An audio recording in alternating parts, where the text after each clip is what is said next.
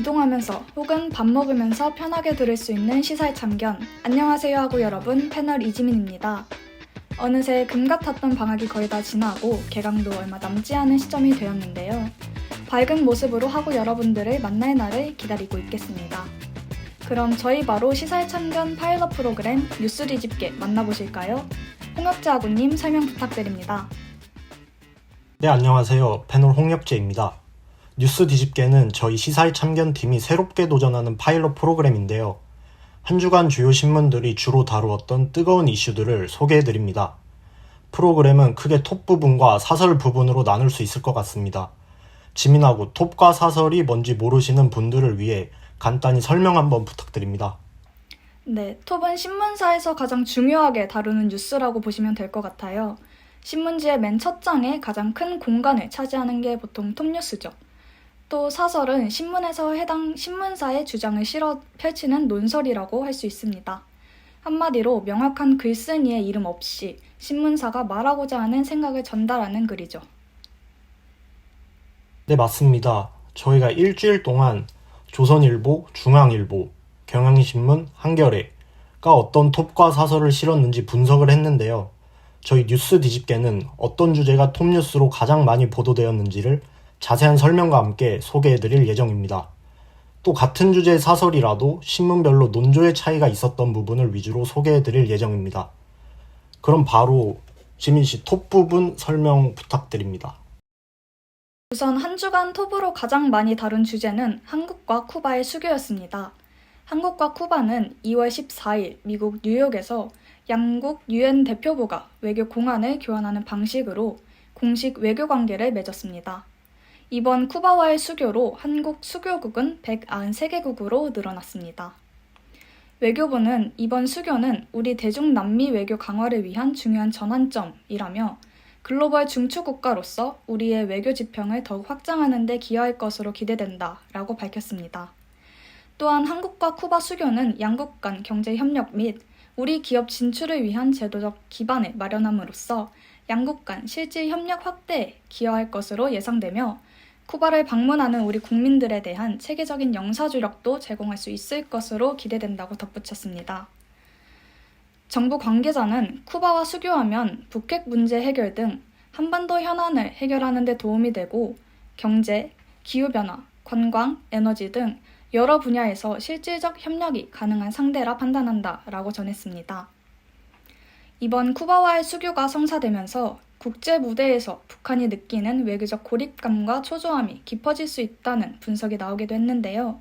우리 정부는 이런 점이 북한의 핵 미사일 폭주에 유효한 압박 수단이 될 수 있다고 판단하고 관계 개선에 힘을 쏟은 것으로 알려졌습니다. 거의 모든 과정들이 북한 모르게 비밀리에 진행이 되었다고 하는데요. 이는 한류와 더불어 2000년부터 이어진 외교 노력의 결과라고 할 수 있습니다. 저도 이 기사를 좀 봤거든요. 이게 저도 신문을 좀 많이 보니까. 근데 제가 본 기사에서는 되게 쿠바에서도 한류 열풍이 많이 불어서 이게 어쨌든 이 성사에 좀 도움이 됐다고 하는데, 또 아무래도 지금까지 한국이 쿠바와 이제 수교가 잘 안 됐었던 이유 중에 하나가 아무래도 쿠바가 북한과의 수교 관계가 되게 짙잖아요. 그러면 근데 이번에 한국과 수교를 하게 됐는데 북한에서는 따로 입장을 낸 게 있는지 궁금합니다. 이후 북한에서 이제 한국과 쿠바 수교에 대한 대응으로 일본 기시다 총리의 발언에 긍정적인 의미를 부여하는 등 이런 북일 정상회담에 적극적인 모습을 보였습니다. 이 가운데 대통령실과 정부는 쿠바와의 수교로 한국 외교의 수건을 풀었다고 강조하면서 북한의 형제국가라고 불리는 쿠바와의 수교로 북한이 외교적으로 타격을 입을 것이라고 부각했습니다. 이 주제를 톱으로 담은 한겨레와 조선일보 중 조선일보의 경우에는 특히 전 정부랑 현 정부를 비교하는 부분이 있었는데요. 해당 기사를 보시면 문재인 정부는 북한을 의식해 영사관계 수립이나 통상대표부 상호 개설을 제안하는 데 그쳤다. 반면 윤석열 정부는 쿠바의 정식 수교 의지를 여러 차례 전달하고 여러 과정과 더불어 작년 5월 박진 외교부 장관의 카리브 국가연합 정상회의 참석을 계기로 고위급 회동까지 성사되었다라고 현 정부의 긍정적인 결과를 조금 더 부각한 것을 볼 수 있었습니다. 네, 여기까지 톱 부분이었고요. 이후에 사설 부분 홍혁재 학우님 설명 부탁드립니다. 네. 일단은 사설로 가장 많이 다뤄진 주제는 이제 조국 전 법무부 장관의 신당 창당에 관한 건인데요. 이게 무려 저희가 4개의 신문사를 조사했잖아요. 그 신문사들에서 전부 다 한 번씩은 나왔던 주제인데요. 주제에 관해 간단히 설명드리자면 이제 지난 13일에 조국 전 법무부 장관이 이제 무능한 검찰 독재 정권 종식을 위해 맨 앞에서 싸우겠다며 신당을 창당하겠다고 선언했습니다. 이제 오늘 나온 기사로 봤을 때는 2월 말에서 3월 초에 창당 예정이라고 했는데, 이게 문제가 된 이유가 이제 13일에 발표를 했는데 그 5일 전에 이제 지난 8일에 조 전 장관이 자녀 입시 비리와 청와대 감찰 무마 등 혐의로 항소심에서 1심과 같은 징역 2년을 선고받은 지 불과 5일 만에 이제 창당 선언을 해서 되게 여론이 들끓었는데요. 혐의가 인정되어 징역 2년을 선고받은 조 씨가 총선 출마의 자격이 없다며 비판하는 목소리가 현재 쏟아지고 있습니다. 물론 야권에서는 정청래 민주당 최고위원이 환영 의사를 밝히는 등 아무래도 강성 지지층 규합을 위해 조 전 장관과 연대해야 한다는 목소리도 나오고는 있지만, 아무래도 조 전 장관이 소수 강성 지지층이 있는 것이지 중도층의 지지와는 거리가 멀고, 총선 구도가 아무래도 반윤 구도, 윤 정부 심판을 바라는 민심을 분리시킬 위험이 있기 때문에 반대하는 측의 목소리도 되게 큽니다.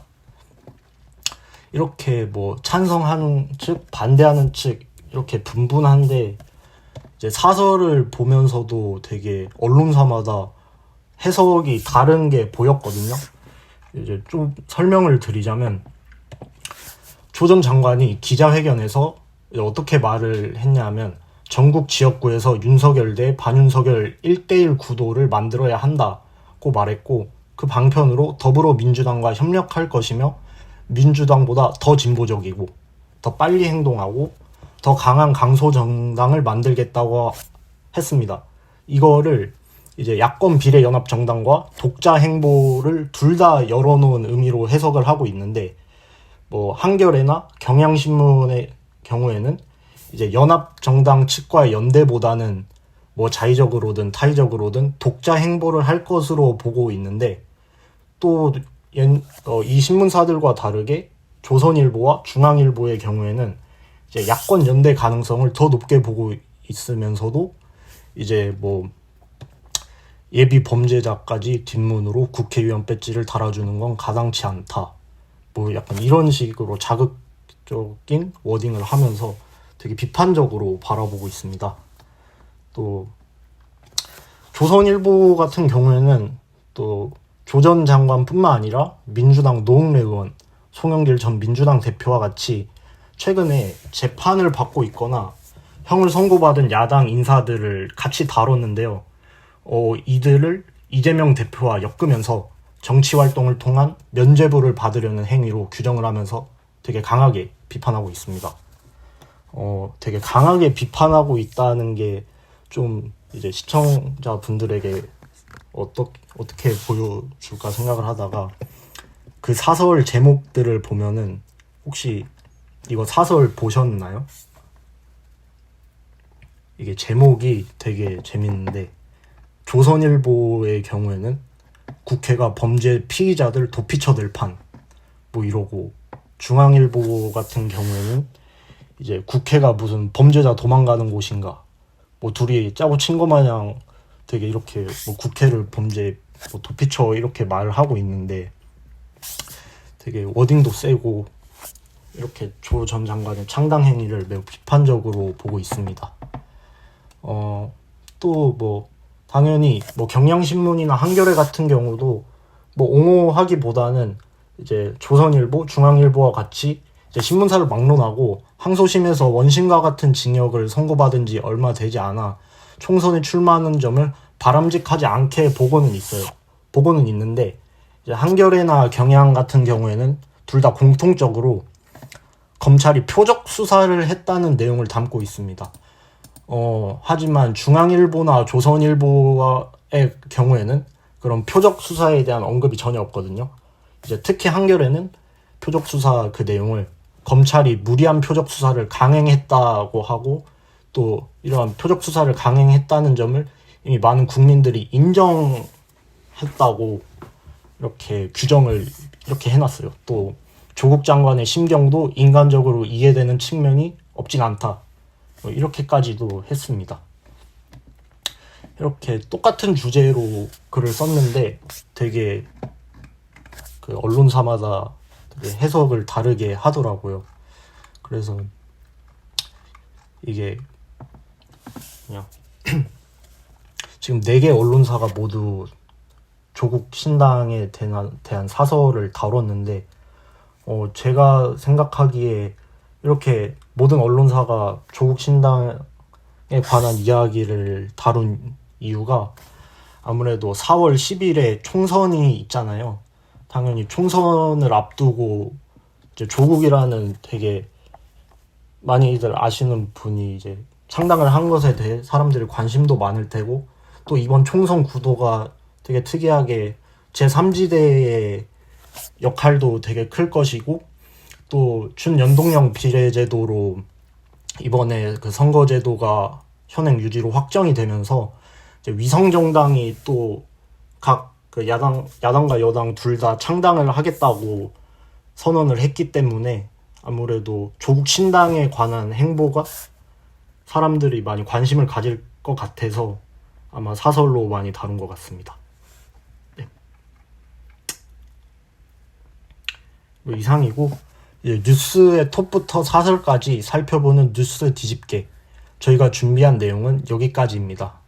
지민하고 오늘 처음 뉴텔 라디오에 출연하셨는데 어떠셨나요? 저는 이제 뉴텔 라디오를 항상 시청하는 입장이었다가 출연자로 나오게 되니까 조금 감회가 새로웠고 한 주간 톱으로 가장 많이 언급된 이슈를 제가 직접 정리하고 이렇게 얘기를 하면서 그냥 기사를 봤을 때보다 더 많이 배우게 된 것 같습니다. 혁재하구님은 평소에 진행하던 프로그램과는 달랐는데 어떠셨나요? 오랜만에 촬영을 하는 거라 되게 긴장도 좀 했는데 선배들이 없는 것만으로도 긴장이 되게 덜 됐고요. 뭐 재밌었던 것 같습니다. 네. 오늘 이렇게 뉴스의 톱부터 사설까지 살펴보았는데요. 여러분들에게 유익한 시간이 되었으면 좋겠습니다. 저희는 다음 주에 더 알찬 정보들로 돌아오겠습니다. 지금까지 신경민, 홍송현, 홍혁재, 이진이었습니다. 감사합니다. 감사합니다.